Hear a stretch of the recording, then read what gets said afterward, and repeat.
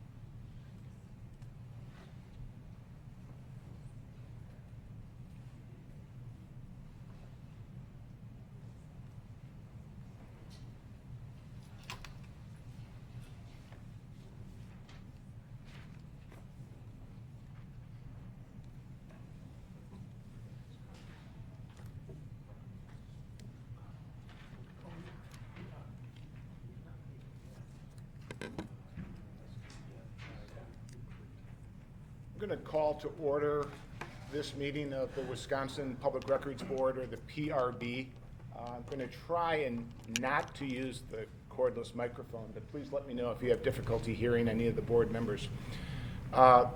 This meeting is also being videotaped and broadcast by Wisconsin Eye. The room is fairly full, so if anyone wishes to watch the broadcast, it's available on Charter Cable Channel 995, via Time Warner Cable Channel 363, or I'm advised from Wisconsin Eye directly, which is www.wiseye.org.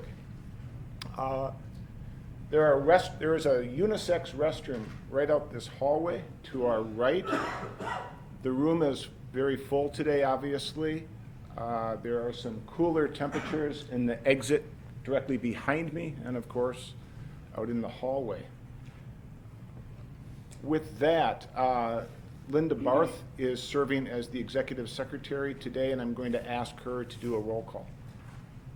Matt Blessing, Here. Paul Ferguson, Here. Brian Knabb, Here. Melissa Schmidt, Here. Sandra Brody Rudd, Here. Carl Bussing, Here. Peter Sorsay.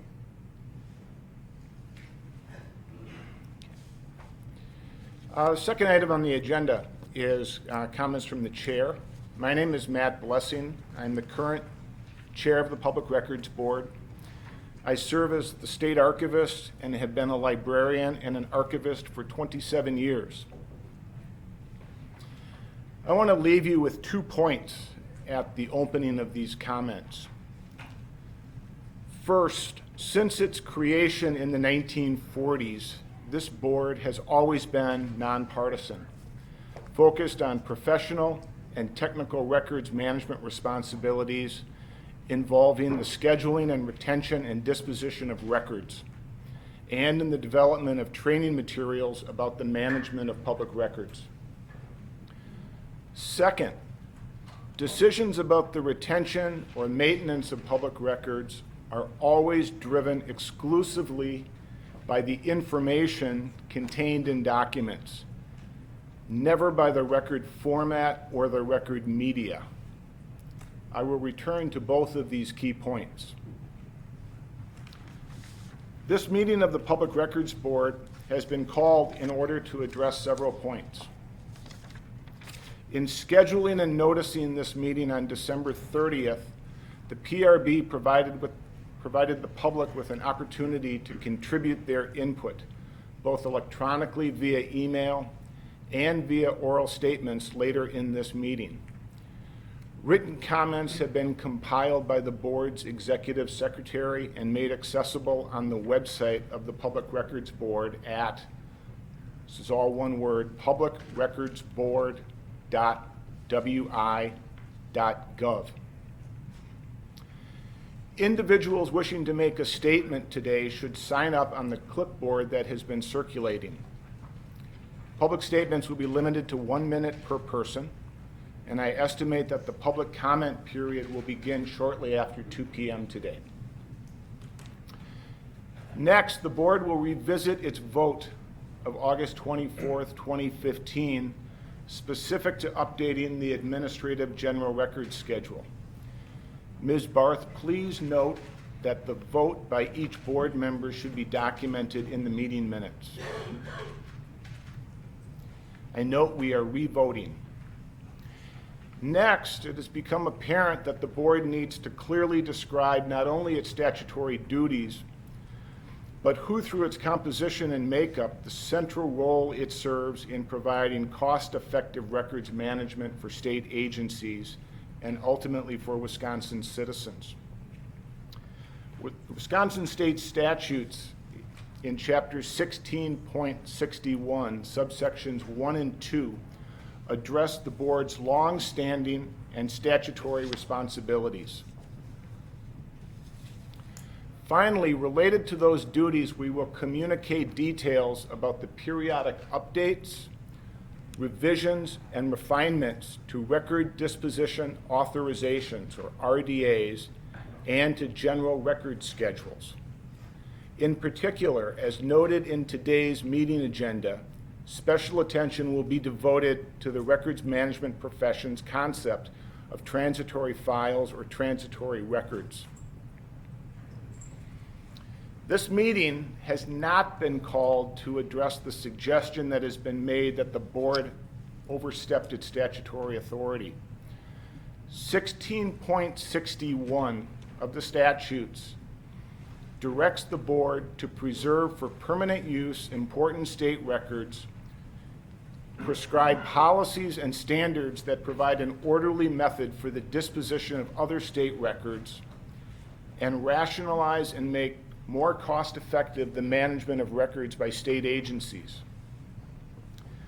Furthermore, in clear language, 16.61 directs the PRB to provide leadership and oversight in developing records management protocols, especially in terms of core professional work involving records retention and record disposition. Each member of this board is committed to the board's oversight and long-standing method of developing written guidelines, employee orientation, and instructional materials so that state agencies, local governments, and the University of Wisconsin can effectively manage the vast amounts of public records created by government employees every day.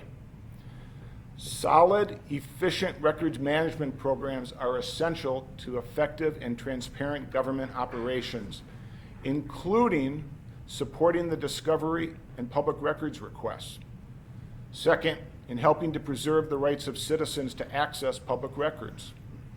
Sound records management supports better decision-making, it safeguards vital information, it preserves organizational memory, it reduces operating costs, it minimizes litigation risks, and it ensures statutory and regulatory compliance. Record schedules are developed by state agencies. Today, there are more than 7,800 unique agency-specific record schedules that form the basis for records management in Wisconsin. In addition, there are 13 general record schedules for common types of records. All schedules determine the minimum retention periods and also mandate what happens to that record at the end of the time period. This is termed record disposition. The review and approval of these schedules is one of this board's fundamental statutory duties. There were 222 record schedules submitted to this board for approval on August 24th, an average number of RDAs for a quarterly meeting, since record schedules must be reapproved every 10 years. Since 1959, it is these record schedules that have guided the management of active records in file cabinets, in computers, and in other electronic devices in state government offices. An additional 407,000 boxes of records and individual tapes, microfilm reels, blueprints, and other inactive records are stored at the State Records Center, managed by the Department of Administration, but still controlled by the creating agency to ensure the financial, audit, legal, and administrative values of records are met. Numerous records management professionals have emphasized that records are always evaluated based on their informational content, not on their physical format or physical media. This bears repeating.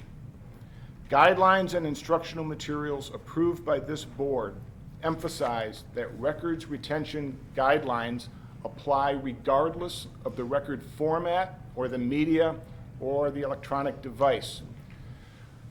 Public records in both general record schedules and in agency-specific RDAs apply to all record formats: paper, tape, email, and other born digital records. To safeguard information contained in records maintained exclusively in electronic formats, All state agencies must meet the standards and requirements for their management as defined in Wisconsin Administrative Code, Chapter 12. Administrative Code, Chapter 12 was established 15 years ago and written in clear language so that it can encompass new electronic systems as they evolve.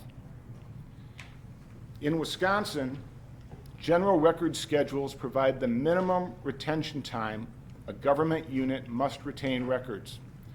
Furthermore, a state agency adopting a general record schedule must adopt the entire schedule, which often consists of 30 to 50 common types of records. For example, in the Administrative General Records Schedule, there is the inclusion of business correspondence of appointed executives, state agency heads, deputy agency heads, division administrators, and regional directors. The minimum retention and disposition period for this particular schedule is 3 years.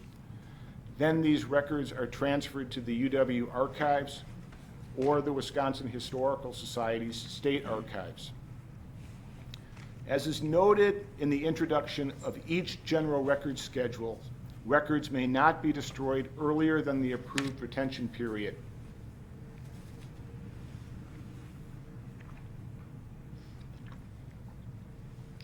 The core records management concept of transitory files or transitory records was introduced 18 years ago in 1998 in Wisconsin's first general records schedule.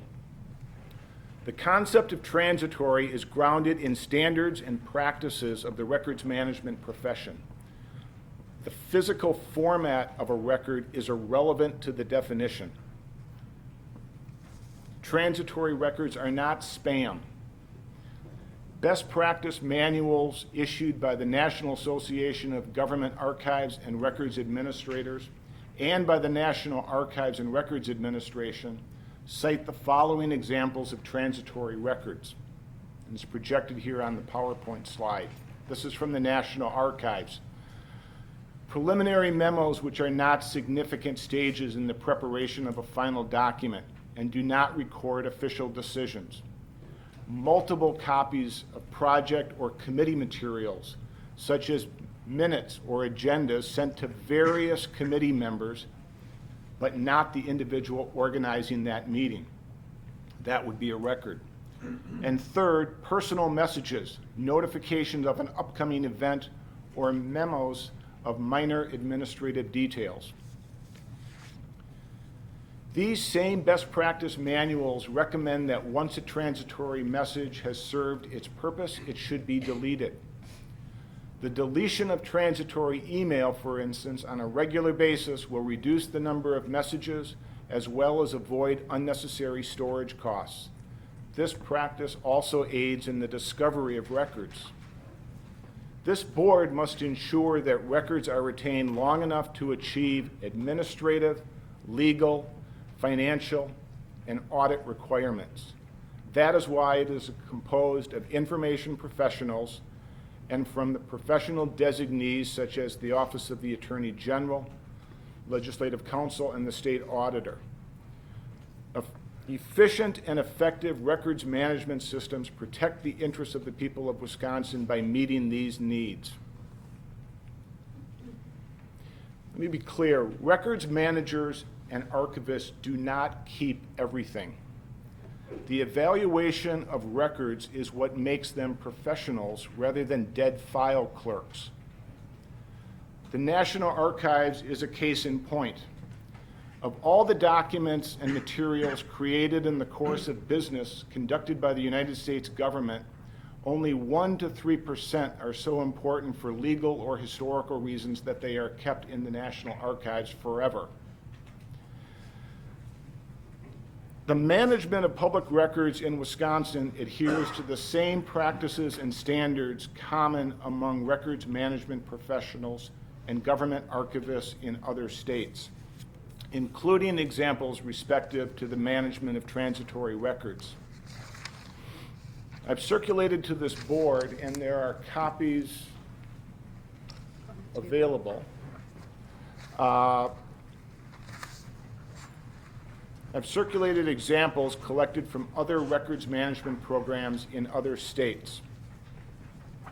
This compilation includes the definitions of transitory records used both in the 2010 and the 2015 versions of the Administrative General Records Schedule.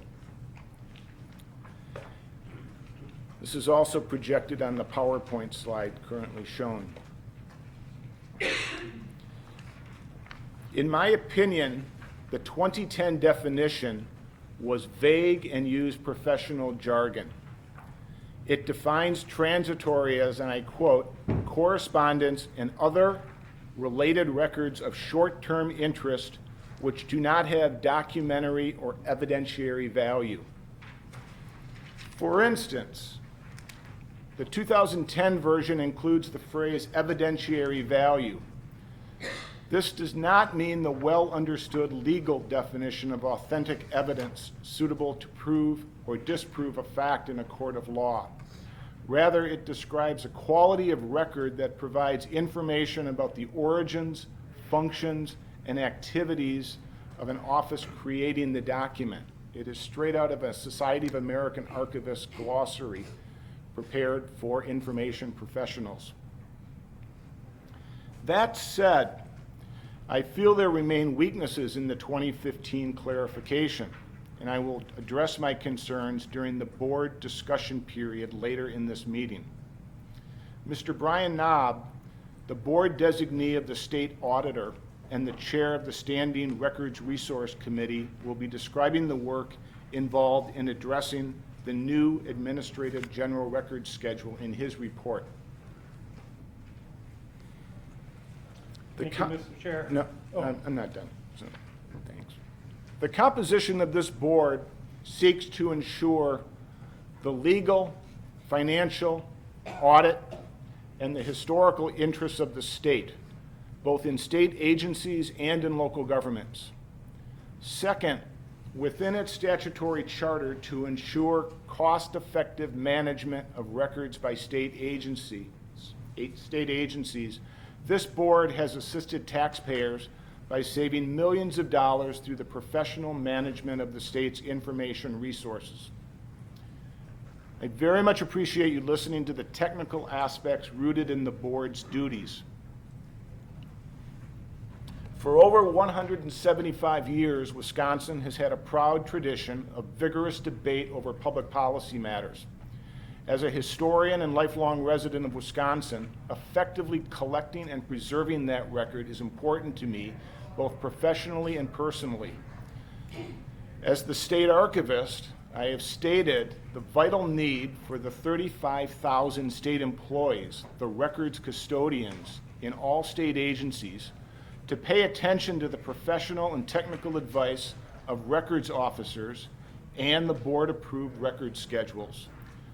We share a common goal of making records accessible throughout their life cycle, including historical records destined for permanent preservation. Never in my years of service to this board has it ever diverged from those fundamental responsibilities. As I wrap up, let me suggest that it is imperative that each member of the board feel absolutely confident that the suggested revisions contained in the August 2015 General Records Schedule offers clear and precise language and results in more cost-effective management practices, as is its statutory duty. If there is any possible confusion on this important and sensitive issue, then it is the board's responsibility to begin addressing it today.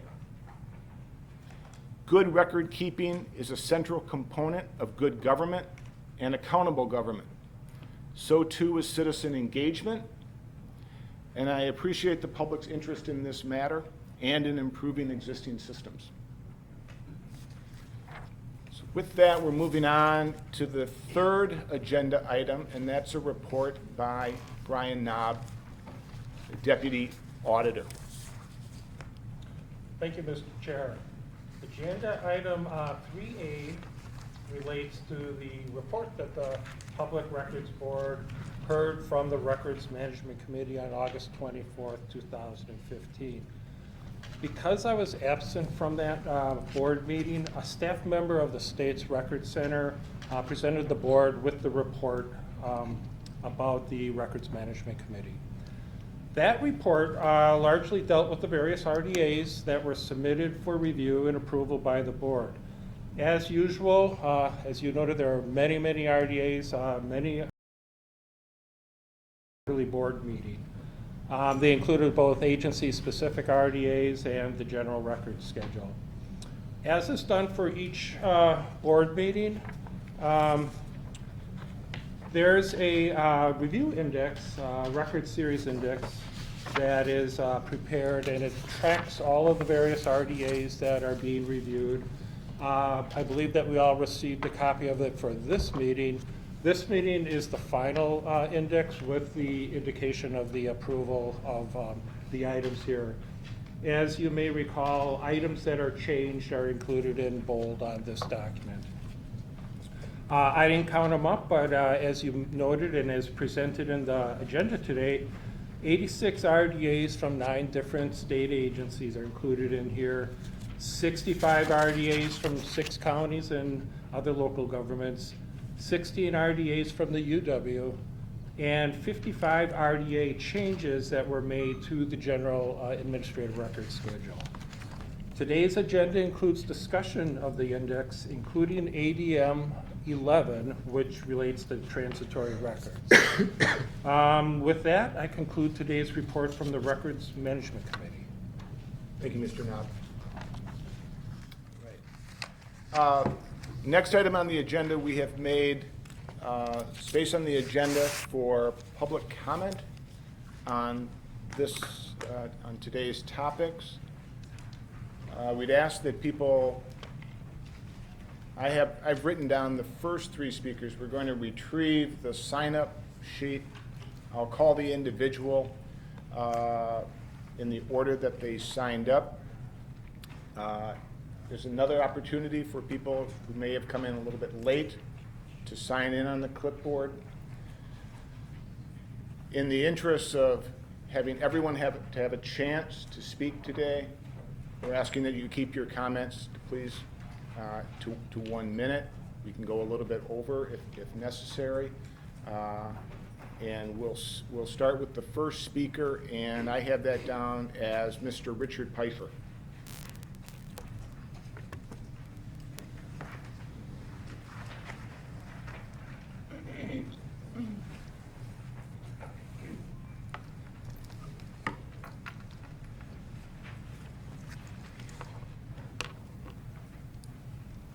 I think we have all the microphones.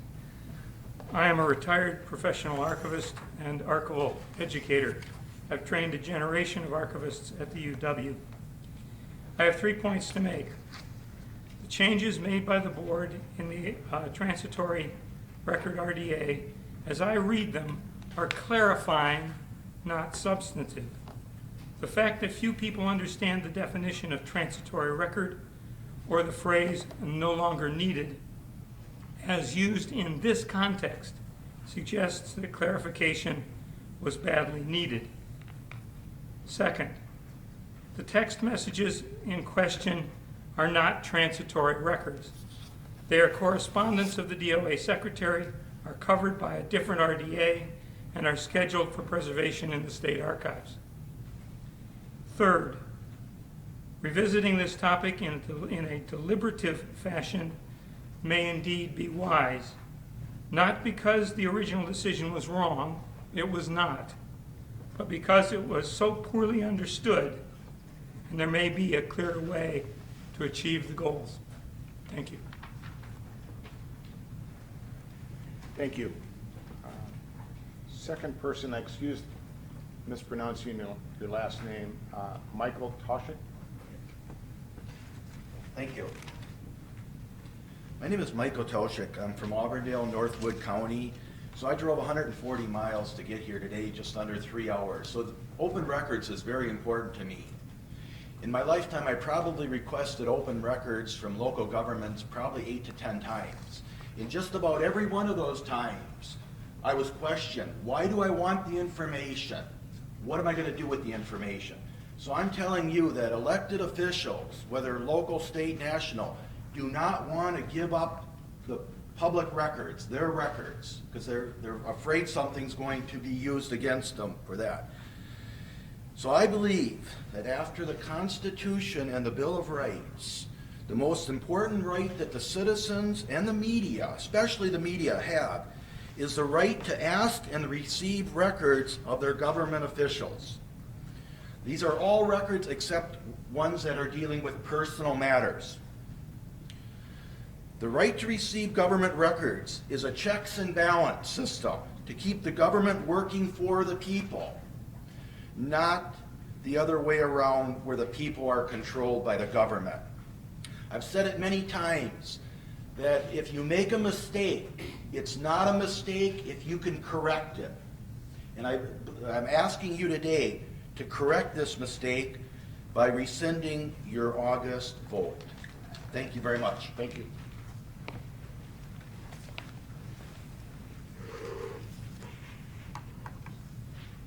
Steve Hurt.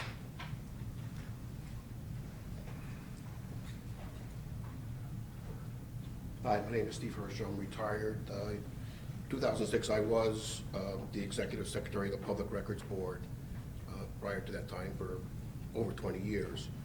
And I'm probably the author of many of the general schedules that the board has adopted over the years. I guess my point is that most records professionals believe that you can't keep everything forever, and that's why we have these schedules. And right now, officials at all levels are deciding, you know, when they're looking at their emails and if they use text at their text, they're making decisions about classification of those types of records. Actually, they're making two decisions. They're making a decision whether it is a public record or not, and if it is, they're trying to classify it in accordance with some some classification method.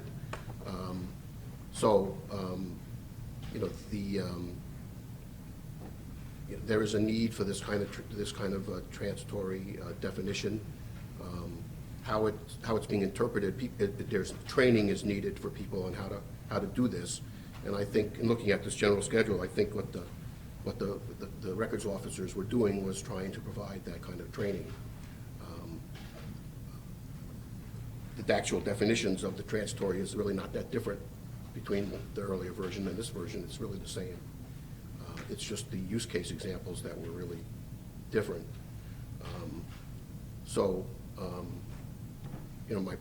My point being that clearly, in one case, I only know what I read, but in the case of visitor logs, the visitor logs for the executive residence, there is a category already that covers visitor logs in the facilities general schedule that you've already approved. So whoever, I don't know who determined that was a transitory record, that was not a correct assessment. And as far as text messages, they would also, there's not enough information to know whether it rises to the level of substantively being a business correspondence or not. I have one suggestion, and that is that if you are going to change the definition of transitory, that you might consider doing that only for elected officials and higher management positions. Perhaps, might I suggest, if you decided to do that, to go with 121 days minimum requirement for that, because 120 days, as some of you know, is the time period to file a claim against a public official under the statute. And certainly an open records request is not the same as filing a claim, but I think you could say that there would be some kind of rationale that the record should be retained for that 120 days, so that's why I say 121 days. But again, if you were to do that, I would suggest it only for upper management, because otherwise the system will be clogged with keeping records for most people. I don't think it's necessary to take that discretion away from everybody else. Thank you very much. Thank you. Susan Pearson. Thank you. I'm a citizen of Madison, Wisconsin, and I'm just here as a concerned citizen. I just ask that you be clear, and I just hope that, especially in this ever-evolving atmosphere of social media, that we respect these formats and you treat electronic forms of communication as you would written or whatever under open records law. That's all I ask. And thank you for your time. Thank you. Jeb Harmon?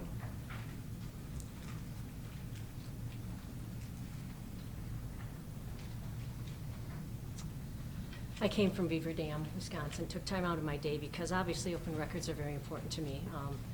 Democracy is very important to me, and the way we live, and the engagement of citizens is very important to me. I come today on, I have two issues. One is the way that this was handled. I wasn't aware in August that these changes were even being discussed or that there was reason for clarification. That is of concern to me, that process. Secondly, though, that's done. I'm here to just ask you to think wisely today, to reconsider your decision, and hopefully come to the conclusion that rescinding that decision is important. I grew up, my parents taught me well, I believe taught me well, that citizens need to stay engaged in any aspect of their life. They taught me, I think, strong ethics and moral behavior. And I have to tell you, I'm very angry. I was very angry after August 24th, reading and looking at data that was provided to me. Very angry about the decision, especially not knowing it was coming. There was no public hearing, nothing, it just came. But because of the character that I think my parents instilled in me, I know that I can't hold that anger and that the right thing to do is come here. And so that's what I did. I want to express my views. But I also want to remind you that in a democracy, and if we believe that citizens are the core of it, that citizen input, the only way you can expect citizen input is if they are told and informed and have access to being informed. And I think the decision made really limits citizen access to understanding and to being active in government. I think Mr. Blessing, you earlier said that, you know, good record keeping leads to good government, which leads to good citizen involvement and engagement. You can't have good citizen engagement if you don't allow everything, total transparency, so that citizens can stay informed and speak their mind. And I think that's what a true democracy is about. And so I ask you, as you go to the table later and discuss this again, please consider and think about when you hide, when there isn't clear transparency in records, and if you don't have access to that, then how can you possibly have citizen engagement? Thank you. Thank you. Carol Johnson.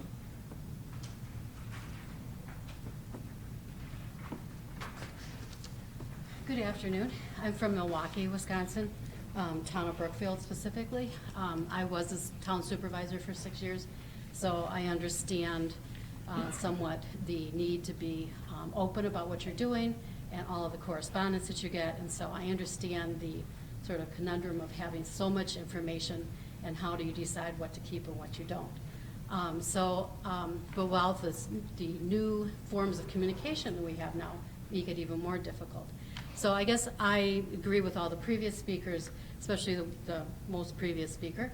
But what I would like to say is when you're deciding on the definition, I would ask you to keep as broad a definition as possible, because the people who are deciding, I mean, even with the definition that you have, individual people have to make these decisions as to whether what they're looking at or what they have is relevant or the public needs to know about.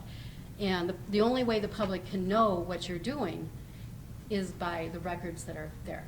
So I would ask you to keep as broad a definition as you can so that you do have that transparency and the public can know what's going on. Thank you. Thank you. Mary Cox. I'm sorry, I didn't intend to speak. I thought we were signing up as a candidate.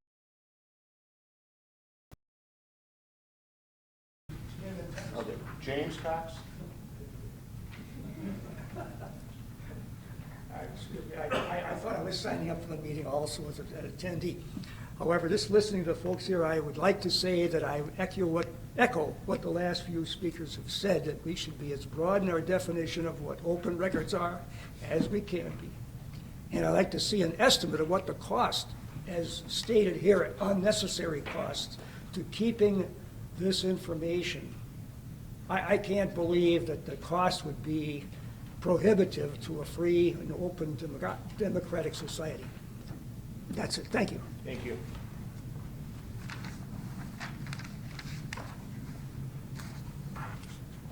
Bill Leaders.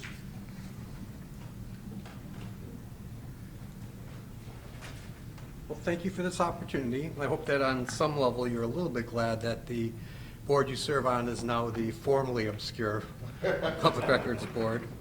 I'm going to defer mainly to the letter that you received from Krista Westerberg, the Council's co-vice president, which explains in greater detail our reasoning. We believe that any action that allows government officials to destroy public records is ill-advised and not within the legal purview of the Public Records Board. It is my sincere belief that the board, in making this change, did not intend to give state public officials sweeping new power to destroy records of public interest, but that is how the change has been applied in at least 2 instances, generating statewide interest and concern. Mr. Hirsch said that he believes it was misapplied to those situations. If so, I think it underscores the necessity of you drawing a bright line so that that does not happen again. Additionally, I think the board should rethink the necessity or the wisdom of allowing the destruction of emails regarding the confirmation or scheduling of meetings or the destruction of videos used for training purposes. As a reporter, I've often found that the back and forth on meetings is useful to understanding process, including the decisions that are made about who to include and who to exclude. And presently there is a case that has been appealed to the Wisconsin Supreme Court that deals expressly with the issue of training videos, which 2 courts have ruled should be made public. In my 25 years of involvement with the Wisconsin Freedom of Information Council, I have come to have great respect for the institutions of government and the actions of public officials. But I've also had occasion to see the fulfillment of the old adage, give them an inch, they'll take a mile. Don't give them that inch. Please do not give them this inch, especially now that you know that it will lead to the destruction of records and the abuse of the public trust. Thank you. Thank you.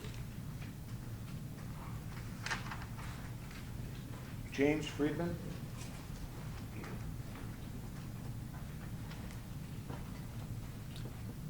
Chairman Blessing, members of the board, I'm James Friedman. I'm an attorney with Godfrey & Kahn here in Madison. I'm here to represent both the Wisconsin Newspaper Association and the Wisconsin Broadcasters Association. The Wisconsin Newspaper Association is among the oldest press associations in the world, with 221 member newspapers currently. The Wisconsin Broadcasters Association represents approximately 98% of all of the radio and television stations in Wisconsin, and we thank you for the opportunity to speak today on this issue of great importance to Wisconsin's news media. We also want to thank you for reconsidering your actions of your August 24, 2015 meeting. While we do not question your intentions, the consequences of those actions, as we've heard, have already been disastrous for open government in Wisconsin. Unfortunately, certain public officials have taken the expansion of the definition of transitory records as a license to conduct business, government business in secrecy, and to immediately destroy records of that action. The board's role, as you know and as you stated today, is to assist the state and municipal government actors in preserving government records and deciding how long to keep those records. But it's not your role, as again you've stated, to sanction intentionally or inadvertently the immediate destruction of substantive and significant public information. So we ask the board to rescind its prior actions and clarify the definition of transitory records to help return transparency to Wisconsin government. Thank you. Thank you. Andrew Johnson.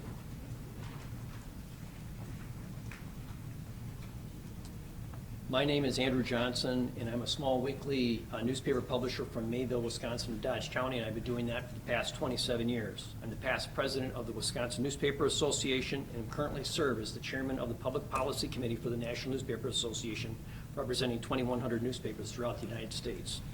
Wisconsin governments have had a long tradition of being transparent and open to the public. Never in our state's, as well as our country's history, has the idea of open government and open government record been more important than right now.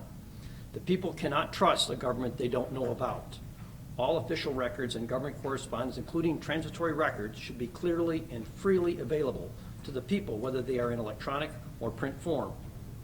In a digital environment, multiple copies of records may be created and must be managed. Some communications may be fleeting and have little apparent significance for the public record.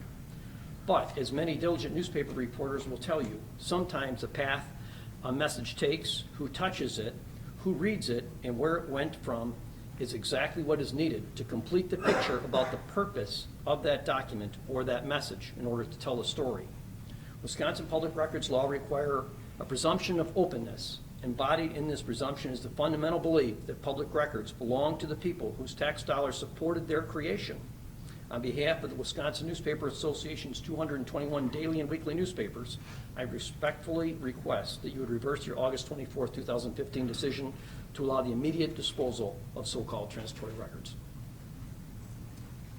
Thank you. Bill Clapp.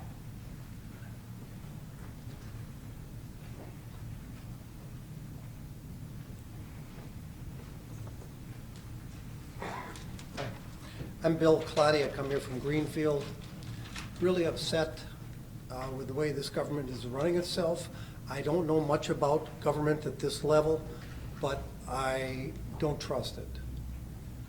And you talk about a legal, ethical, or legal and financial obligation you have to maintain these records properly. I think you also have an obligation to the citizens of this state to maintain trust or try to create some. The way things have been going, I don't trust government very much anymore. I feel like, frankly, the party in power is using that power to keep things away from us instead of share them. My understanding from this record is already the Walker administration has used this new translation of the law to deny a public records request that they couldn't before. I don't think we need that. I think we need more open records, not less. We have a public here that is divided. Your committee can make a difference in trying to reinstate some trust, because I think that's your primary obligation to this state, is to maintain public trust so that people listen to you and believe that what you're doing can make a difference. And I think we desperately need that because we're not living in that state right now for many people. So I think that's something you really need to consider here. Reverse this decision entirely and leave it as it was so that we can begin to see things can change here. And you might be listening to citizens when you have these other speakers talking about all of these other organizations and news outlets that are saying to you, this is a bad decision, it's a mistake. You want to take that into account and say, maybe it was. Maybe our moral obligation to make a difference for citizens, 4.5 million people, to be heard is more important than trying to save a few dollars. And when you get into lawsuits and things, are you really saving money when you're going to be sued about these decisions that you make? That's another question. I don't know if your financial obligations are really met that way. So, again, you're hearing from somebody who's very upset about this and doesn't trust government here anymore. And I'm hoping that you will listen to this and see there's no reason to change something that was working all this time. So what if you have some excess record keeping and it costs us a few dollars? Is that more valuable than the public trust? I don't think it is. Thank you. Thank you. Pat Bauer.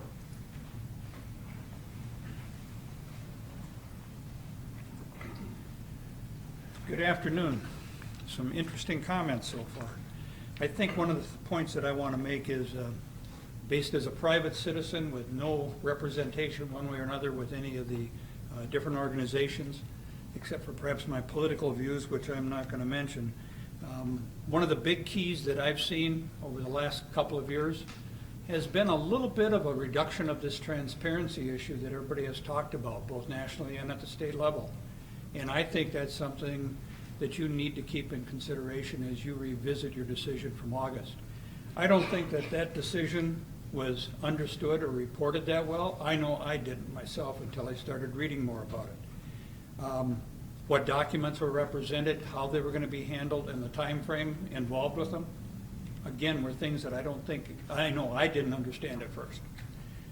The procedure followed to determine them, you made an explanation of that, Chairman, and I think that that cleared a lot of the air.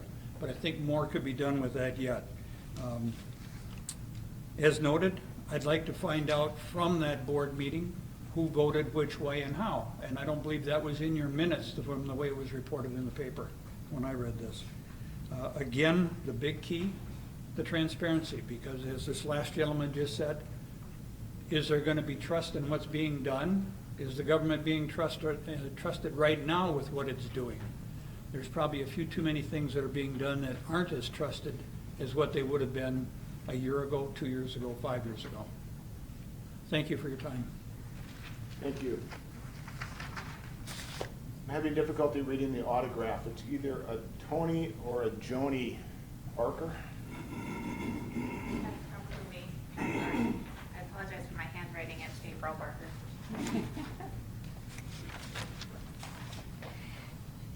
My name is April Barker. I'm an attorney. You might think a doctor from my signature. I apologize. I do public records litigation and other types of general litigation in Brookfield, Wisconsin. I am also the co-vice president of the Freedom of Information Council, and in that capacity I join in also the comments submitted by Krista Westerberg of the Bender Westerberg firm. I just have a couple of things I wanted to add and note in addition.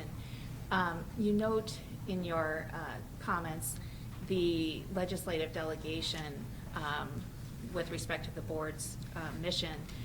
And I just want to note that as a matter of constitutional and administrative law, the legislature's ability to delegate includes the authority to allow administrative bodies such as yourself to implement policies and legislation, but not to rewrite legislation. In that respect, I would ask that you be guided by the legislature's other statements of policy. There are several important statements of policy in Section 19, Chapter 19 of the Public Records Law, specifically Section 19.31. And I apologize, my throat is a little scratchy. With respect to Section 19.31, this provides an important policy overriding how records are supposed to be managed. And it explains that records are, the central importance of a public officer is to make sure that records are available to the public.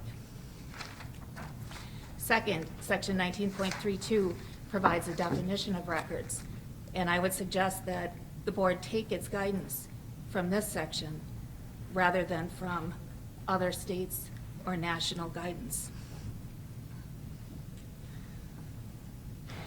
I would note that if this board is looking at what other states are doing with respect to public records, it's probably looking down to the competition. The Supreme Court has stated on numerous occasions that the public records law in Wisconsin is one of the strongest public records laws in the country, if not the strongest. I would just also note as a litigator and as someone who both represents public bodies and who defends them, that it is very important to consider the legal aspects of records retention. And I am very grateful to hear that you are taking those into consideration. I would just note that what seems of little significance in one, when you're looking at whether to retain records, may in fact be the basis for deciding an entire case later.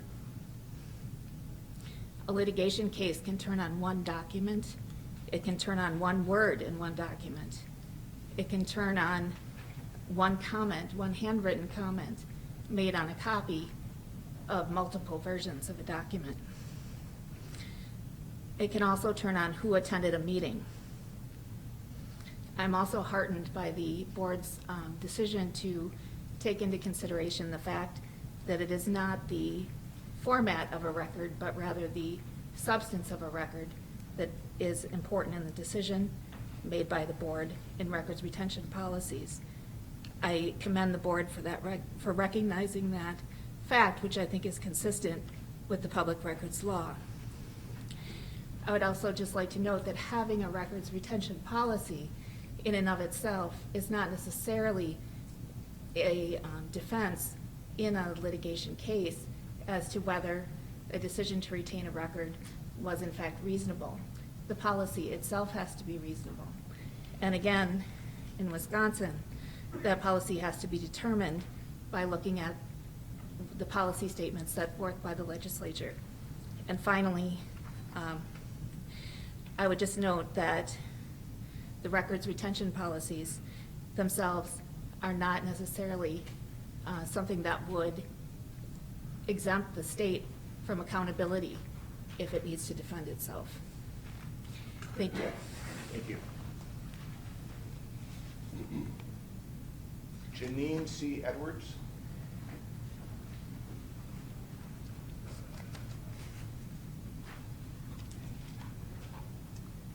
I'm Janine Edwards. I'm a retired professor of medical humanities and a resident of Middleton.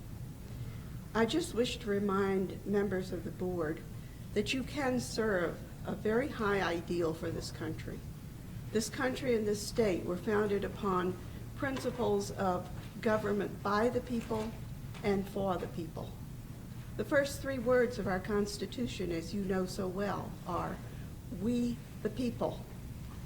Any action on your part that would constrain or deter participation by the people of this state in our government is reprehensible.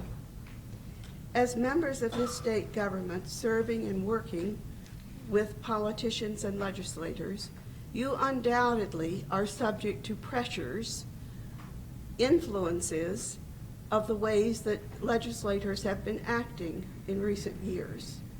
There have been numerous and systematic attempts to bypass debate, public debate, and participation in the government making.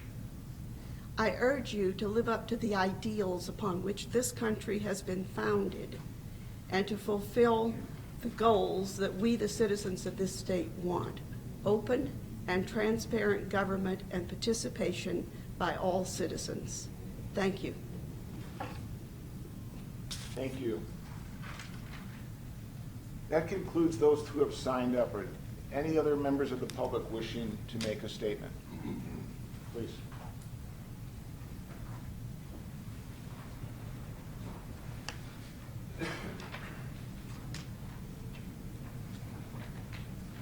Thank you. Orville Seymour.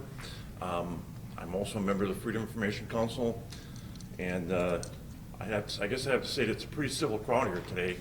I guess you're lucky the Packers won yesterday, otherwise we really have an angry crowd. It was a poor attempt at a joke, I guess. Let me just read something that it's important. Nobody reads this stuff anymore, but I think it's relatively important. In recognition of the fact that a representative government is dependent upon an informed electorate, it is declared to be the public policy of this state that all persons are entitled to the greatest possible information regarding the affairs of government and the official acts of those officers and employees who represent them. Further, providing persons with such information is declared to be an essential function of a representative government and an integral part of the routine duties of officers and employees whose responsibility it is to provide such information. To that end, state statutes 19.32 to 19.37 shall be construed in every instance with the presumption of complete public access, consistent with government conduct of government business. The denial of public access generally is contrary to the public interest and only in exceptional case may access be denied. Obviously, that's the declaration of policy from the state public records law. And again, hardly anybody reads this stuff, but I thought it was important to bring it forward. April Barker mentioned the fact that litigation can turn on a single document, a phone call, who attended a meeting. In my written comments, I pointed out the fact that in a national case, and even possibly international, if sounds getting attention here in the last few weeks, over the Stephen Avery case, he was convicted of the fact that he found DNA from his sweat on the underside of a hood latch from Teresa Halbach's car. That was one very important piece of evidence. A text message from somebody could also be a very important piece of evidence. It could indicate who's doing a big deal. I mean, it's very important that we maintain these records. So again, I'm asking you, like most of the other people who have testified, to please reverse your decision. Thank you. Thank you.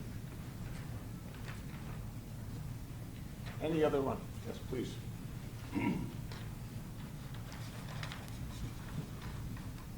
I'll be very short. I'm a retired IT executive from the aerospace company in Milwaukee. I totally understand one aspect of your problem, which is too much information, not too much, excessive information. As part of in the IT world, part of our major problem, a high cost problem, is containing the data that's constantly generated. And we spend a lot of time trying to do that properly. But what trumps that more than anything is to make sure that the data you need does not get deleted in the process. And that's the dilemma that you're in. You're trying to do the right thing by deleting trash or useless information, but you can't know for sure how useless information comes about or whether in fact it is useless. So what the board has to do is consider, looking at this from a totally bipartisan perspective. I'm setting a policy. This policy is going to affect a lot of people going forward. I want to do my job. I want to do the right thing for the state.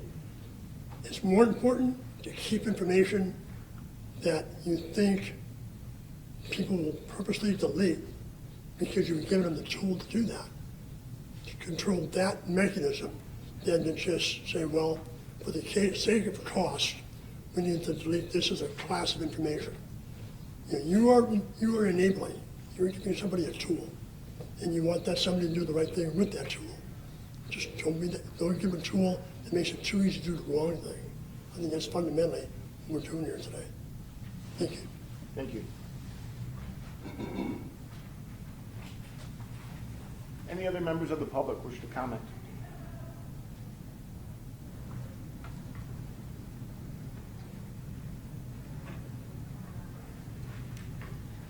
If not, thank you very much for your input. And we will move on to the next agenda item, which is the board's discussion of the third quarter index. And I think from a protocol standpoint, everyone in the room recognizes that the issue at hand is the RDA specific to transitory records. I would suggest, however, that the board still needs to either reaffirm or rescind the other 221 record schedules presented to it on August 24th for clarity, and then we would turn our attention to the record schedule, to the general record schedule specific to transitory.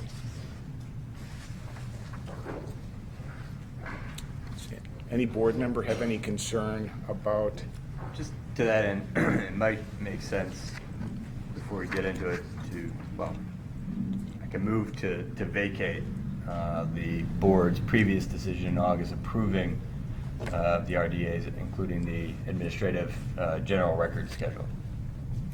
And we can go from there. Just say it once again for clarity. I'd move to vacate the board's decision on August 24th approving the RDAs, including the administrative general record schedule.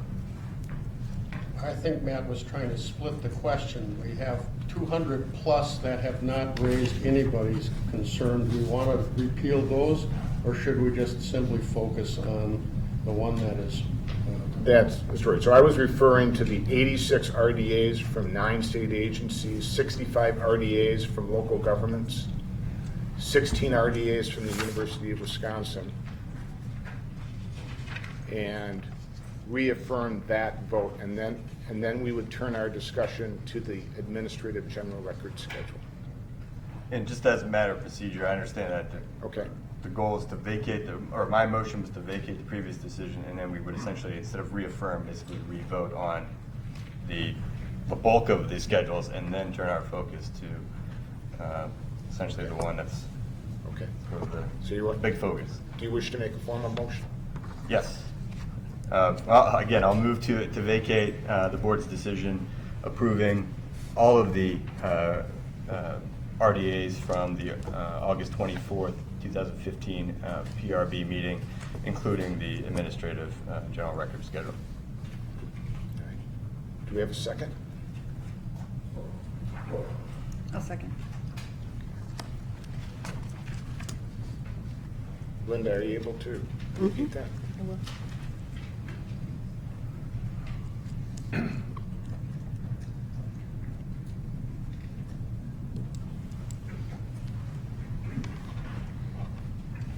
Mr. Ferguson moved to vacate the board's decision on all the RDAs in the third quarter index. It was seconded by Sandra Brody Rudd. Am I correct? We're going to do a item or a individual board member vote on this, so I think we can do so with a show of hands. Those in favor of revoking the, You want to do a roll call? that's fine. We will do a roll call on this. We need some discussion. You're throwing everything out we did on August 24th. That's the vote. We'll move to discussion. It sounds as if So, we wish to discuss. Well, it sounds like we ought to. First of all, as I understand it, we did, 235 things on August, and the concern is about one thing we did. So are we going to vacate 235 things, even though only one is of concern? And then secondly, we need to think about, are we just simply vacating it and then walking away, or are we going to vacate it and return back with some rewrite of what we did on August 24th? I'm not quite sure where we're getting on this thing.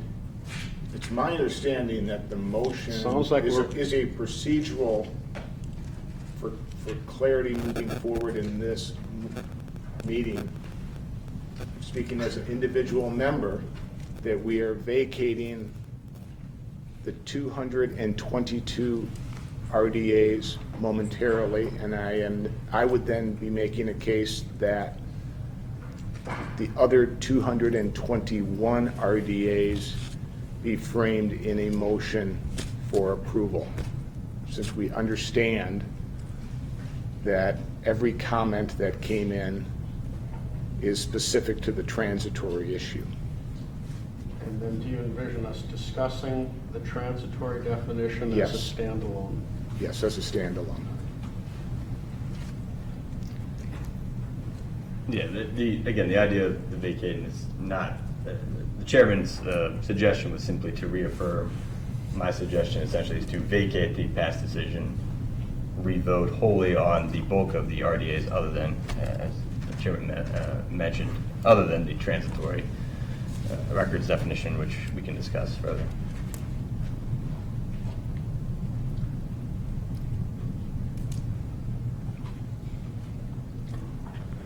I have nothing more to offer. Okay. Any other board members? I suggest a vote. Matt Blessing? You want to frame it in terms of what a yay or a nay means? If you vote yes, then we would vacate the board's decision on all the RDAs adopted in the third quarter index. Nay would mean that we would not vacate that decision. Call my name. Matt Blessing, Yay.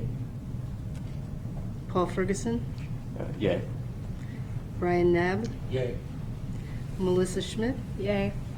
Sandra Brody Rudd. Yay. Carl Bessing. Aye. I'm not renewed.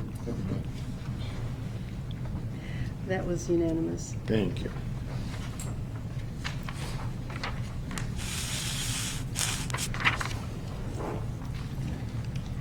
So we have been presented with a third quarter index from the third quarter of calendar year 2015.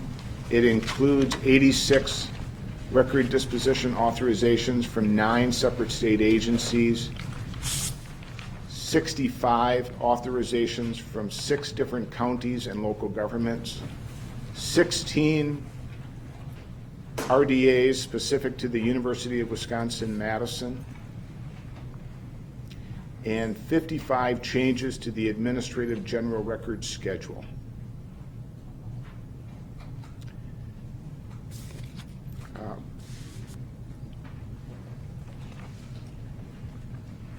Anyone wish to make a motion on that? Do we want to, since the transitory records, ADM 11, that's the general record schedule dealing with transitory records, for those that aren't aware. Since that, I think, again, warrants additional discussion, would it be more proper to essentially save a vote for the entire index until the conclusion, or to, I guess we could potentially propose a vote on everything except the one? I know we kind of talked about voting on all of them except that one. I'm not sure how we feel about just voting for all but one right now, or just hold off until the discussion period is, and then kind of go see where we are then. If anyone has any thoughts, I don't know. I think that we should go ahead and approve the ones that are not under contention, all of the ones except the administrative general schedule, and we can. So you're saying the agencies, Yes. government specific? Yes, the all but the specific 55 RDA, for the yes. administrative general schedule. And then administratively, we've completed that and that's finished. Right. And then we can focus on the one thing, and then we'll have a clear vote on that as well, separately. I'm seeing slight nods of the head in confirmation. Would you wish to make a motion? Sure. I'd like to make a motion that we approve the 86 RDAs from the agencies, 65 from counties and local governments, and 16 from the UW-Madison, presented in the August RDA index. We have a second. Second. Discussion.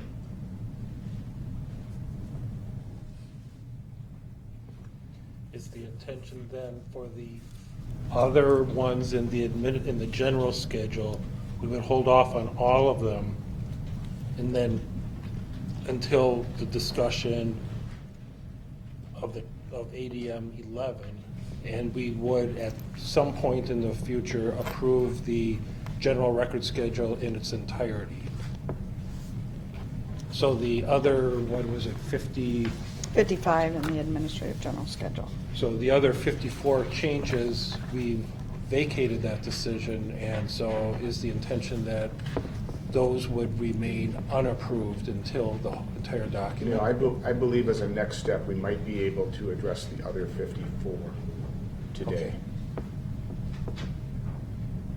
So the motion on the table is to approve the 86 RDAs from 9 state agencies, the 65 RDAs from local governments, and the 16 RDAs from the University of Wisconsin-Madison. Any additional discussion among the board specific to that motion?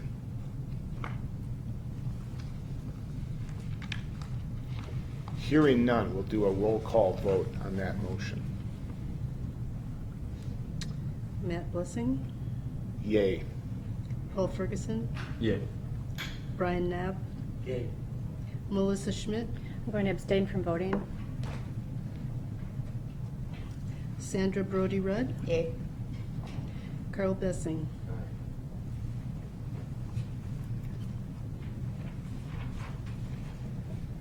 That leaves changes made to the Administrative General Records Schedule presented by the Records Resource Committee on August 24th. It contained 55 changes.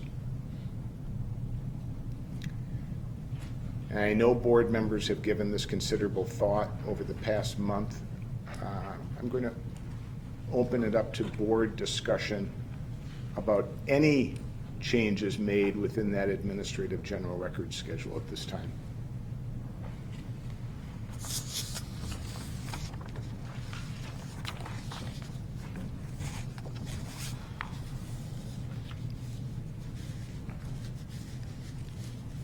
Well, I'd like to say a few things, if I may, which I'll probably regret.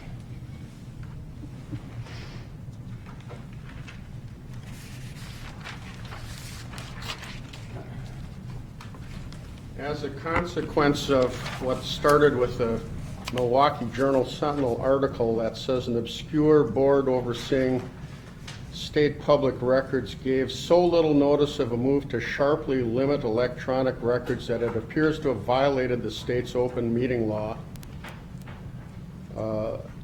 we are reconvening to expressly review the activity we engaged in back in August.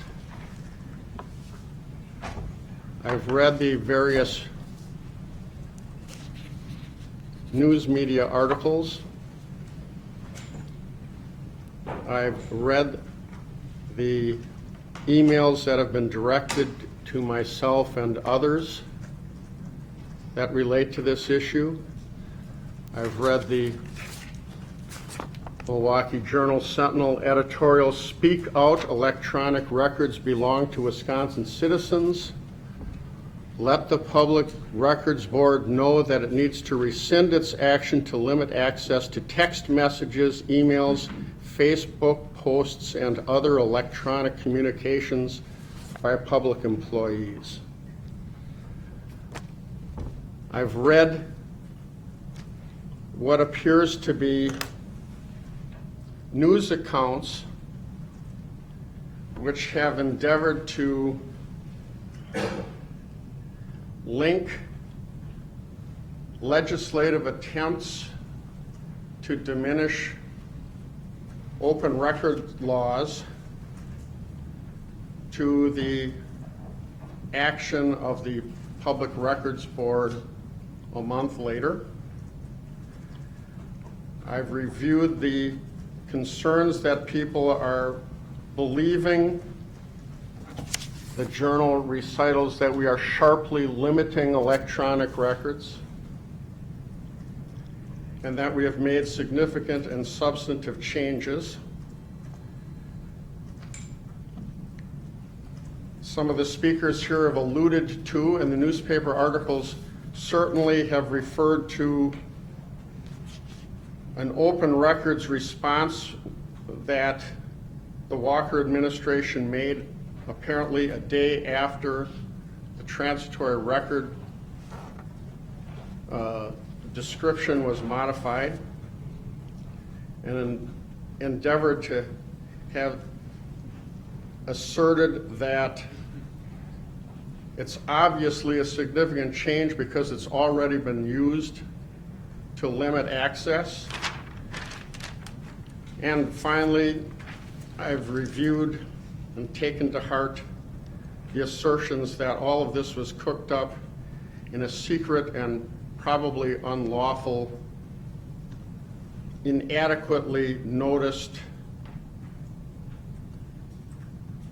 session of the Public Records Board. And now we have taken the step in response to hundreds, if not thousands, of emails and comments to do the right thing, rescind what we did, but I think we need to discuss this a little bit in greater detail. Because I, frankly, am upset with any assertion that there's a linkage between whatever the legislature may have tried to do in July of 2015 to what the Public Records Board did in August of 2015. And as far as I'm concerned, the relevance of what Speaker Voss may have attempted to do in July of 2015 in the newspaper articles is about the same as if they have referred to North Korea dropping an atomic bomb. Because what Speaker Voss may or may not have attempted to do has nothing to do with what we do in the Public Records Board.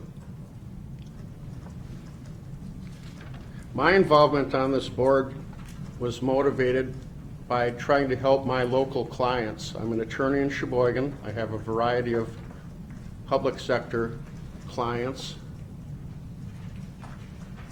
And the issue of record retention has always bothered someone for public officials.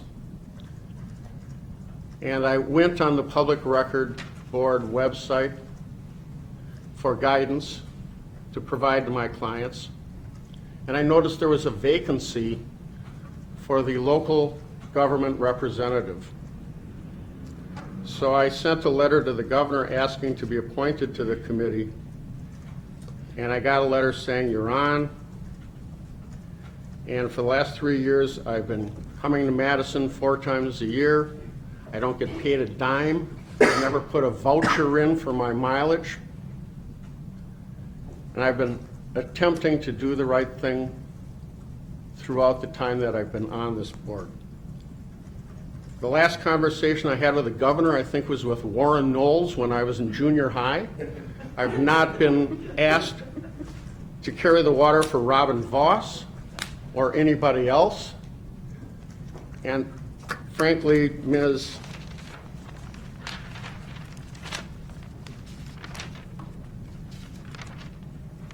Barker, as part of the Freedom of Information Council that has requested that we be sued by the Dane County District Attorney, I would suggest to you that our board is governed by the public record definitions under Chapter 16 of the statutes, not Chapter 19, not the public record disclosure requirements, but the record retention requirements, which are considerably different.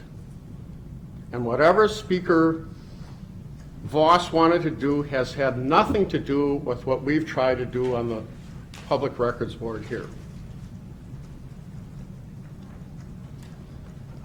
And in fact, if you look at Chapter 16, the Public Records Scheduling Authority doesn't even go to legislative records. We don't even have that authority under the way Chapter 16 is defined. The suggestion has been made, oh, we made substantive changes. And here's where it's a little difficult from my perspective. You've heard all about these hundreds and thousands of schedules that state agencies are required to adhere to. If you have a P34 in the Department of Transportation, you have to hold that for 4 years. If you have a D16 in the Department of Health, you have to hold that for 2 years. But then we've got this area called transitory. You know, it really doesn't bring value to anybody. You know, how do you address it? Well, despite the news media accounts that we have redefined it or broadened its definition, it isn't defined. It has not been defined. It has not been defined when it was originally brought on board in 1998. It was not defined in 2010 when it was last changed, and it is not defined in what we did in August. It's described. It's described and examples are given. And it's up to the discretion. Give me some of your water here.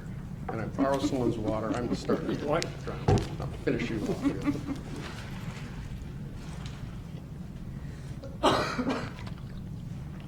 We haven't broadened a definition or narrowed a definition. What we've tried to do is refine the description. And in so refining the description, I would argue that we are trying to reduce the amount of freelancing and reduce the amount of discretion and reduce the amount of potential abuse that someone who is exercising discretion is able to take. So, did we do a good job in our description refinement? Did we do a good job in our use of examples? I don't know, but that was the effort. But to suggest in any fashion whatsoever that we are limiting access to text messages, emails, Facebook posts, or other electronic communications is completely incorrect. Or the suggestion that we are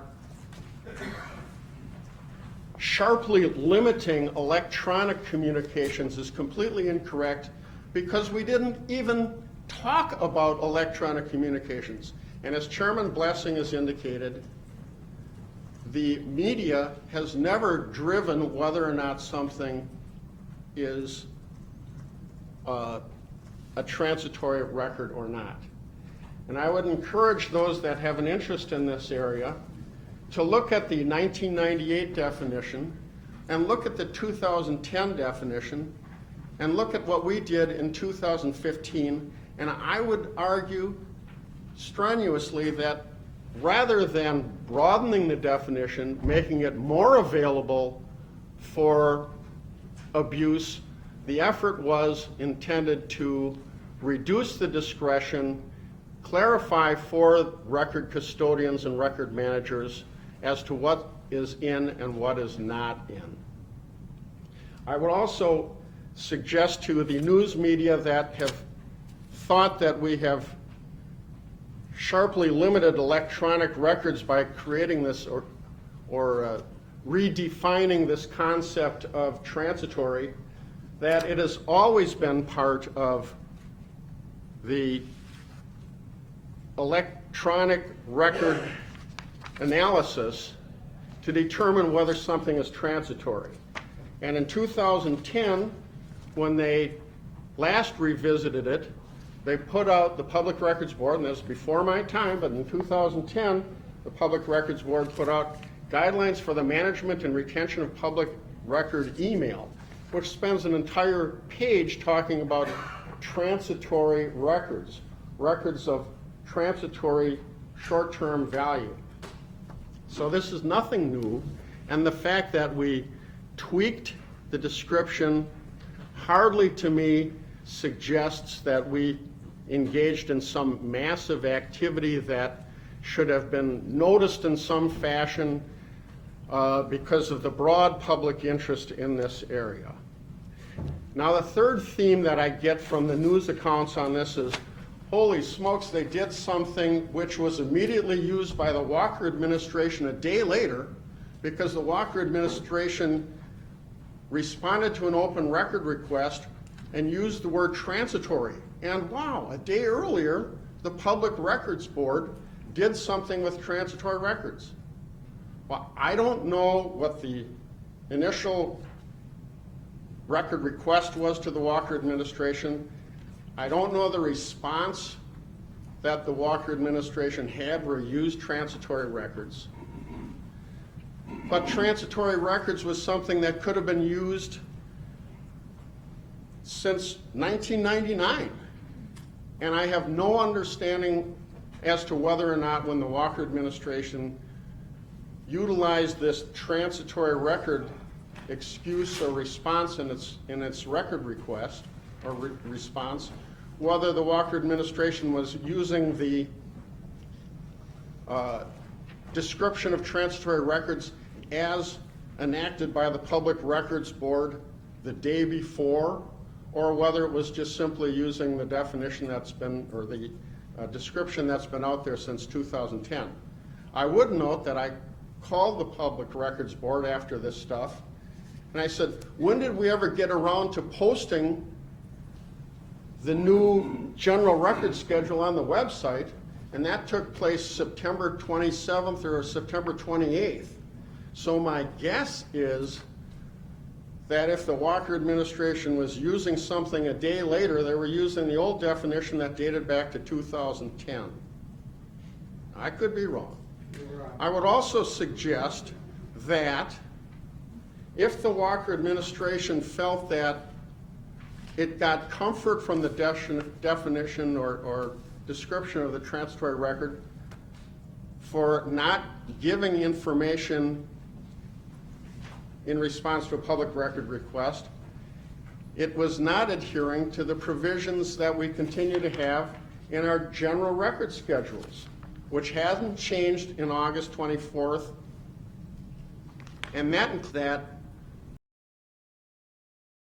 record retention schedule, if it hasn't been destroyed and it still is available and there's an open record request, you still have to provide it, even though it's in the schedule to be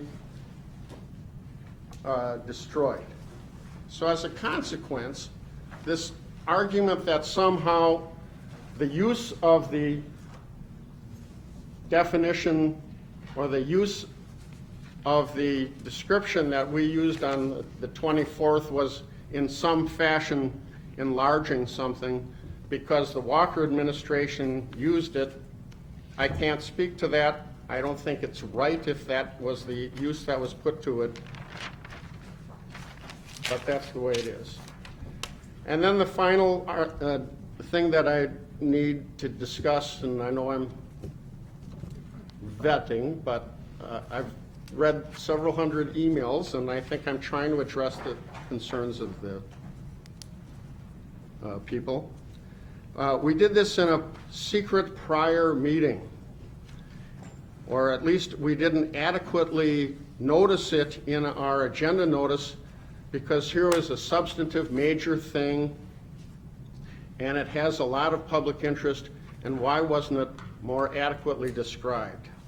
And I get it that that's the Toma School District case, indicates that an agenda should give as much notice as possible on issues of significance with wide public interest.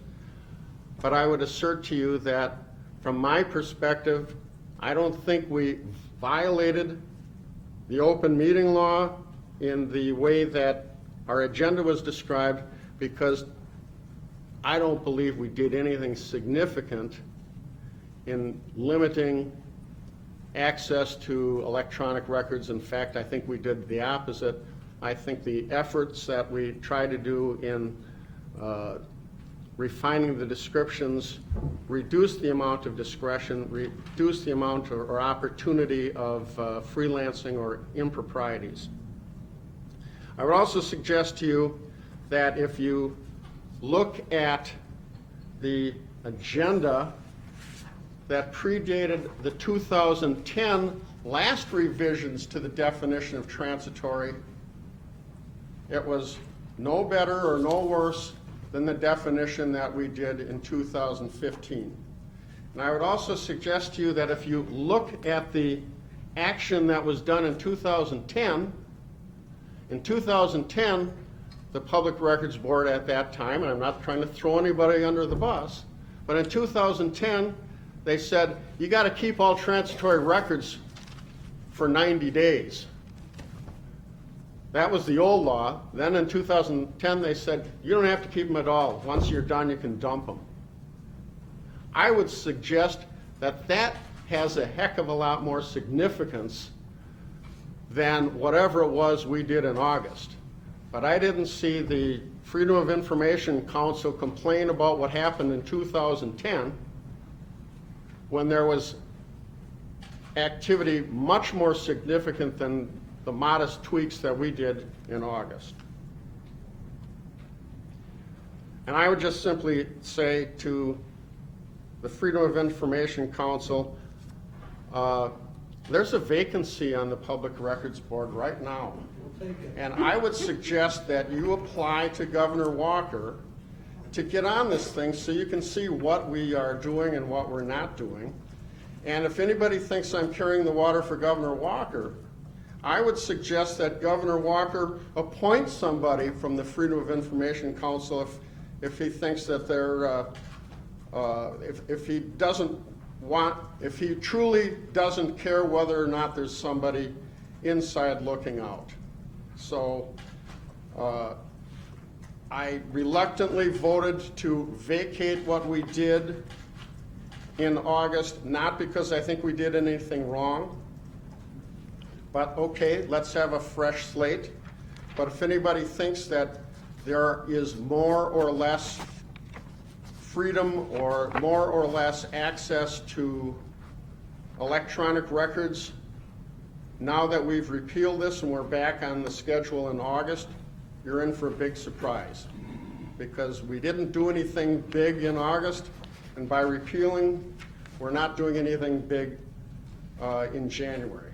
But be that as it may, I think our next responsibility is to look back at what we did and what the state of the schedule was in August, and if we can do a better job refining the descriptions, improving the examples, so much the better. So that's where I come down. Thank you, Mr. Busey. Other comments from the board?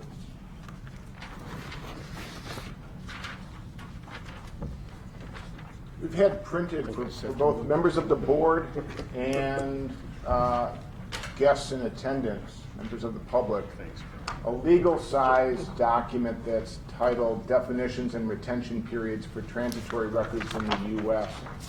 Specific to that, to this part of the discussion, on the final page of that document, it includes the text for both the description, the disposition period, and examples for both the August 23rd, 2010 description that Mr. Busey was referring to, plus the August 24th, 2015 version. And I think it would be a useful document for the board to turn its attention to as we continue this discussion of the proposed changes. As I noted in my comments, I felt as if the 2010 version, by use of a professional term, evidentiary value, except for the professional record keepers on this board, that I thought it was jargon and that it was confusing. However, when I look at the August 24th, 2015 version, despite the fact that it states, this is in the third column, the fourth column that cites examples, it expressly states records that don't relate to the recipient's work or decision making, and then it lists recordings used for training purposes. There seems to be public confusion about this. As a library director, if I buy a set of DVDs on how librarians should handle problem patrons, that is not a record. But if I'm in the Milwaukee Police Force and I develop training videos on how to handle crowds at Summerfest, that is a record. But as we've experienced in the past week with feedback on this matter, there is public confusion over this. And so it says records that don't relate to the recipient's work or the decision making, but for whatever reason that has not resonated as the public reads those examples.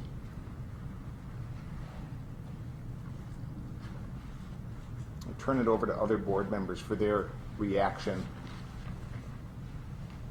to the 2015 version.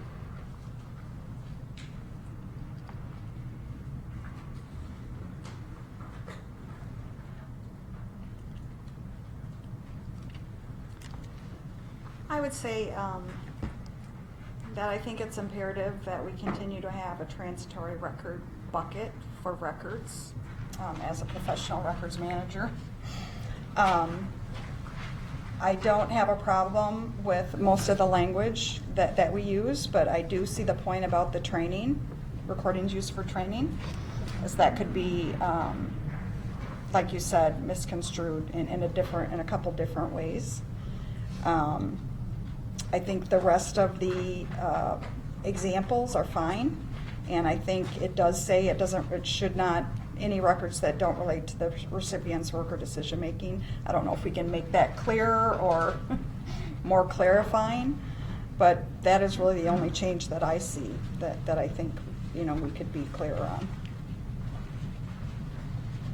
I am very reticent for this board to get into the business of writing. I mean, we have a process that has worked since 1959 of a records officer working group of professional records managers working on these revisions, running it past attorneys, running it past the records management committee, and it being presented to the board. That's the board's responsibility, is to review that work. So, as a matter of course in this meeting, I don't want to get into the editorial process. That is not this board's responsibility. I still believe the process works. Yeah, I mean, I'd agree. I don't think we should get into trying to write it right now, obviously, or rewrite it or revise it again. I do think some additional clarity. Clarity's been a word used a lot, but I think some additional refinement or clarity is helpful. As you mentioned, the example that both of you guys have mentioned as it relates to the videos in particular, and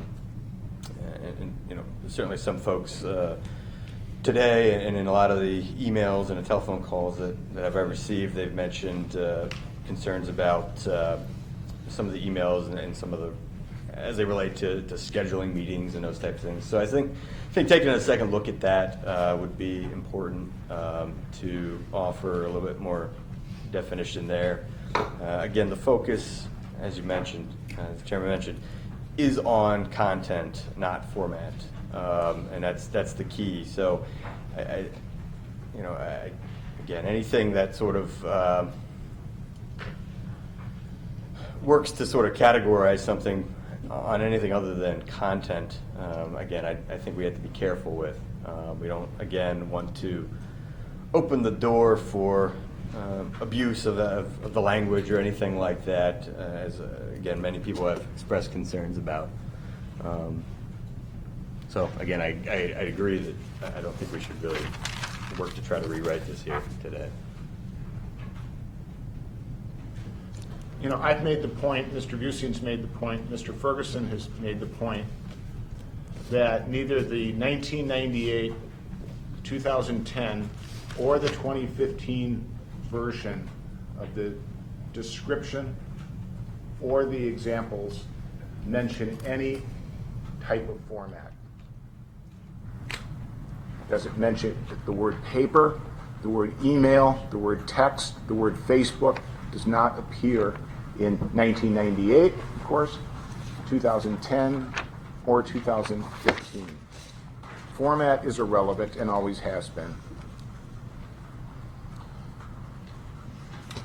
So as a matter of procedure at this point, we go back to the larger issue of the other 54 record disposition schedules, authorizations contained in what we voted on August 24th. I think as a matter of course we need a motion to approve those other 54. And before we get to that, as part of that, I guess, I do want to sort of also say that, again, I think it's to it's a good thing that we came back here today. I think, again, there's certainly been news stories or allegations that, you know, the open meetings law was violated. And again, I would disagree with that. Again, I think the purpose of vacating our previous decision is based on the concern of the people, and based on sort of the just sort of the groundswell of people coming forward to express their concerns about this whole process, about everything that's been going on. Again, I agree that what happened in August, there's no correlation between that and anything else that was going on related to open government. Personally, I was not pressured or influenced by anyone prior to that August meeting. I work for the Department of Justice. I'm the head of the Office of Open Government. My boss ultimately is the Attorney General. The Attorney General has made it a point to stress the importance of government openness and transparency. One of the key points of his administration was to stress that, and building on that promise that he made in some of his campaigning, he started the Office of Open Government, and that started in June, on June 1st. That's when I started. Some of the other events that, again, that folks are trying to tie the Public Records Board into, including the July 4th weekend, the Attorney General, my boss, spoke out strongly against that. And quite frankly, I agree with the statement that he made at that time. I work for the Office of Open Government. I believe in open government. I believe in open and transparent government. Quite frankly, it'd be silly to have the position that I'm in if I didn't believe that. Again, I don't want getting off track a bit over the technical reason why we're here, but I think it's important to mention that because it's been a weird month. Getting lots of calls, getting lots of emails, having an opportunity to talk to a lot of people who, quite frankly, and just in principle, I agree with a lot of what they're saying, if not most of what they're saying. And it's interesting being criticized when you agree with the person. I do just want to say that I appreciate the concern. I appreciate folks reaching out. Again, I've had an opportunity to speak to a lot of people that have called. Unfortunately, not everyone. We've gotten quite a number of calls, especially lately, but I've been trying to do my best to speak to them because I do enjoy speaking to them and hearing what they have to say because it's encouraging for me. Because again, in the Office of Open Government, we want to encourage openness and transparency in government. And if anything good can come out of this whole thing, it's the fact that people are more aware of openness, that they are stepping up and speaking out about wanting to know what's going on within government. They have a right to know, certainly. We're doing the people's work. But the bottom line is the Public Records Board is made up of taxpayers. They are made up of members of the public. We're just like anyone else in this room. So, government openness is important, just as important to me as it is important to the folks that I've talked to. So I do appreciate that. Again, the Public Records Board's meetings have been and continue to be open to the public, and I strongly encourage anyone to attend our meetings, not just this one, but in the future. I think we have one coming up in February or March here, but so please do come. Again, this is not something done behind closed doors. What we do here, again, it's a group of people that are working hard to manage these records. It is difficult, and again, what we do here is different from the open or the public records law. Again, we operate under two different areas of the statutes. Obviously, there's some overlap, but it's important for folks to see what we do, and I certainly strongly encourage anyone to come to our meetings. And I'll just stop so we can kind of move on to the next step here. Well put, Mr. Ferguson. I spoke long enough at the start of this meeting, but I would add that as a librarian and an archivist, those two professions often are allied with sunshine organizations. It is at the core of both the library and archives profession about accessibility, and I would group the records management profession there also. And second, picking up on what you just said, the executive secretary of the Public Records Board posts on its website every December the quarterly meetings for this board more than a year in advance. The next general meeting of the Public Records Board is in mid-March. We meet on Mondays at the Legislative Audit Bureau. You might need to find larger space in the future. And those meetings are also noticed a week in advance, so we welcome the media to join us more regularly. Returning to the issue at hand, we need a motion. Matt, if I could just, as I've compared the two, it looks to me like the only changes we're talking about, I tried to track them, is on ADM 006, the length of time state agencies have to maintain records of annual state-sanctioned charity campaigns. We're modifying the amount of time that the state has to hang on to deduction off of payroll forms. That's one. Is that correct? And number two, we've got the transitory records. And then the other 50 or so that you're talking about are just basically the new ones that are like 100 to 120 something on the end. Is that what we're talking about? 130? That are superseding some other stuff and new? That's my understanding, Okay. yes. And again, you're entertaining a motion to approve everything but the transitory record ADM 11, correct? Correct. And I would so move them. Do you have a second? Second. Ms. Barth, could you do a roll? Let me try this one here. Mr. Bessing is moving to adopt all changes to the general record schedule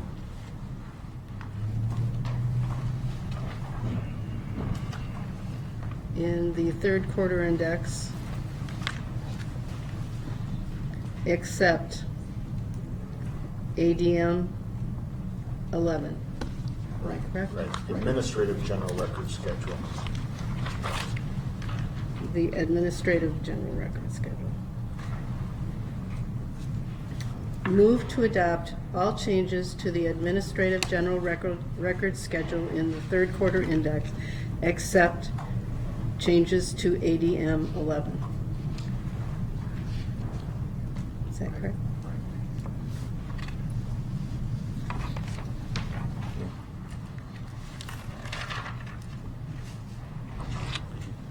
Sure. Ask for a vote. Matt Blessing, Aye. Paul Ferguson, Aye. Brian Nab, Aye. Melissa Schmidt, Abstained. Sandra Brody Rudd, Aye. Carl Bessing. Aye. Okay, the motion passes. Thank you very much. And the only item, the only record schedule that we then have on the table is ADM 0011 on transitory.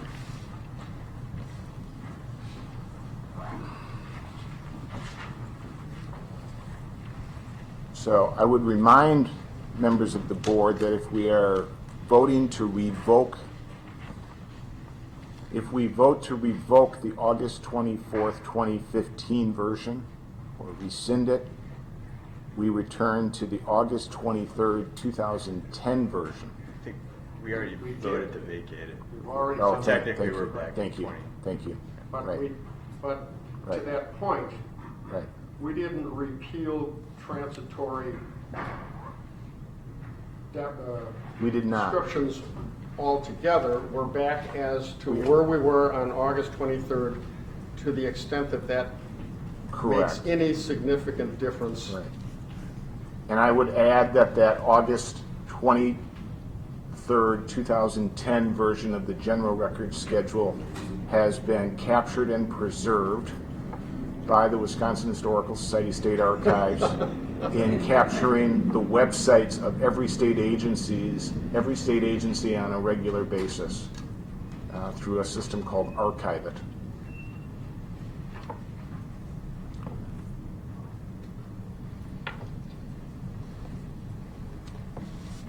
I think we need a member of this board to make a motion on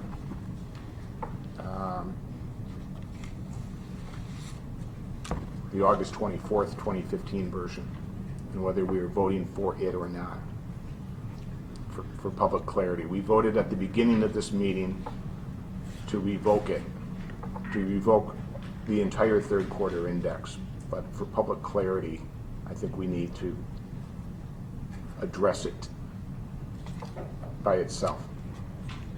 Yeah, and I think at this juncture, I would not propose that we reapprove what we did in August 24th, because among the emails and comments that we've received, I think we can improve this product even better than what we already had it. So let's give that a shot. For example, emails to schedule or confirm meetings or events is one of the case examples. And I think we need to be sure that, as I understood it, and I think the record managers understand this to mean, as long as you've got the calendar out there or the scheduling event out there, the 15 email recipients that have received it in an email blast, all 15 of those don't necessarily have to keep it as long as there is one copy. I think that is the intent of the email guidelines for the management and retention of public record email that's already out there. That kind of clarification, because if the public thinks, oh man, they're wiping out records of all meetings or scheduling or confirmation of meetings, that isn't the intent.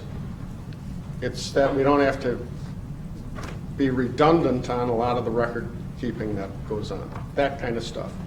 I agree with you in the spirit of what you're saying. However, I am concerned, as you articulated earlier in the hour, that the way this story has been covered, that there are misinterpretations that have been presented, and that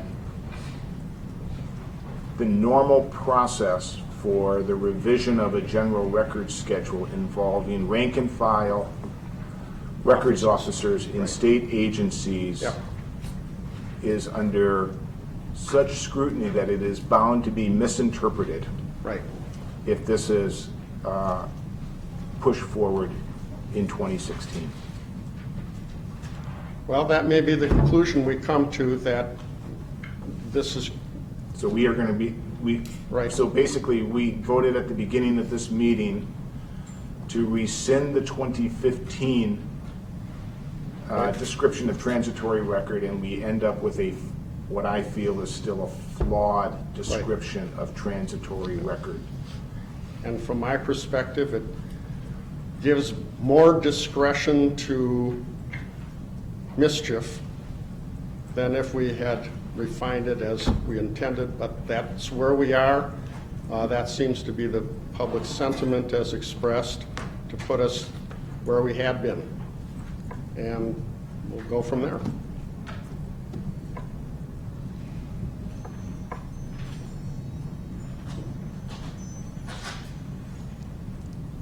Board member input on this idea that we still need to address for public clarity.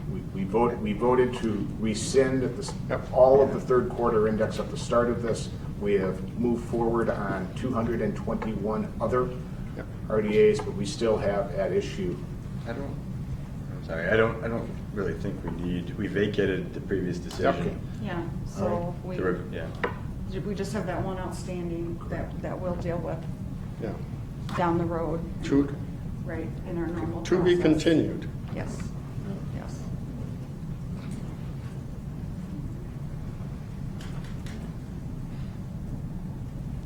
Any other comments from the board? We have a motion to adjourn. I'll motion to adjourn. Second. I'll second. Better vote. Those in favor of ending this meeting, the special meeting of the Public Records Board, say aye. Aye. Those opposed? Thank you very much.